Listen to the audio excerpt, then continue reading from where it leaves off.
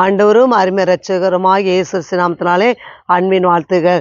நாளை ஒரு வேத வசனத்தை தியானிக்கும் போது சங்கீதம் 121 சங்கீதம் 1 வசனம், எனக்கு ஒத்தாசை வரும் பர்வதங்களுக்கு நேராக என் கண்களை ஏறெடுக்கிறேன்.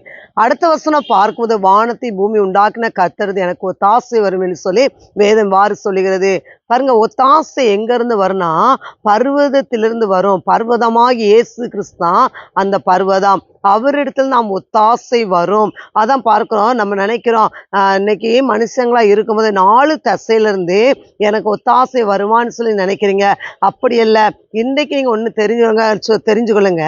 வானத்தை பூமி உண்டாக்கின கர்த்தரிடத்திலிருந்து ஒத்தாசை வரும் என்று சொல்லி நாம் வேதத்துல வாசிக்கிறோம். அப்படின்னா இக்கட்டில் எங்களுக்கு உதவி செய்யும், மனுஷனுடைய உதவி விருதா என்று சொல்லி நாம் வேதத்துல வாசிக்கிறோம். அப்படின்னா கர்த்தரே நமக்கு உதவி செய்ய வல்லவராயிருக்கிறார். அவர் நமக்கு எபெனேசராய் இருப்பார். இன்னைக்கு எனக்கு உதவி செய்ய யாருமே இல்லைன்னு சொல்லி நீங்க நினைக்கலாம். ஆனா நான் இவங்களை நம்பி இருக்கேன், எனக்கு இவங்ககிட்ட இருந்து ஒரு உதவி வருமா என்று சொல்லி நீங்க எதிர்பார்த்து காத்து கொண்டிருக்கலாம். ஆனா இன்றைக்கு கர்த்தர் சொல்லுகிறார், நாம் அவரை நோக்கி பார்க்க வேண்டும். நம் கண்களை வானத்துக்கு நேராக ஏறெடுத்து, ஆனா இந்த பிரச்சனையில இருக்கிறேன், இந்த போராட்டத்துல இருக்கிறேன் ஆண்டவரே, எனக்கு உதவி செய்யன்னு சொல்லி இங்க கேட்கும் போது கர்த்தர் உங்களுக்கு உதவி செய்வார். அதே போலதான் அங்க பார்க்க லாசரு மரித்து போன சூழ்நிலை, அவனை எழுப்புகிற சூழ்நிலை, அவர் கல்லறையும் பார்க்கல, அந்த பிரச்சனையும் பார்க்கல, அந்த லாசரு இந்த நேரத்துல பார்க்கல.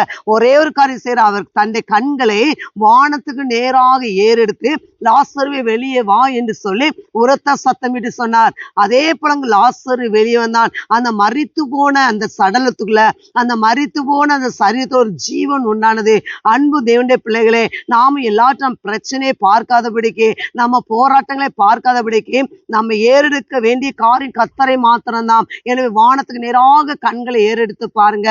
கர்த்தர் தாமே உங்களுக்கு பெரிய உதவிகளை செய்து கர்த்தர் உங்களை ஆசீர்வதிப்பாராக. ஆமென்.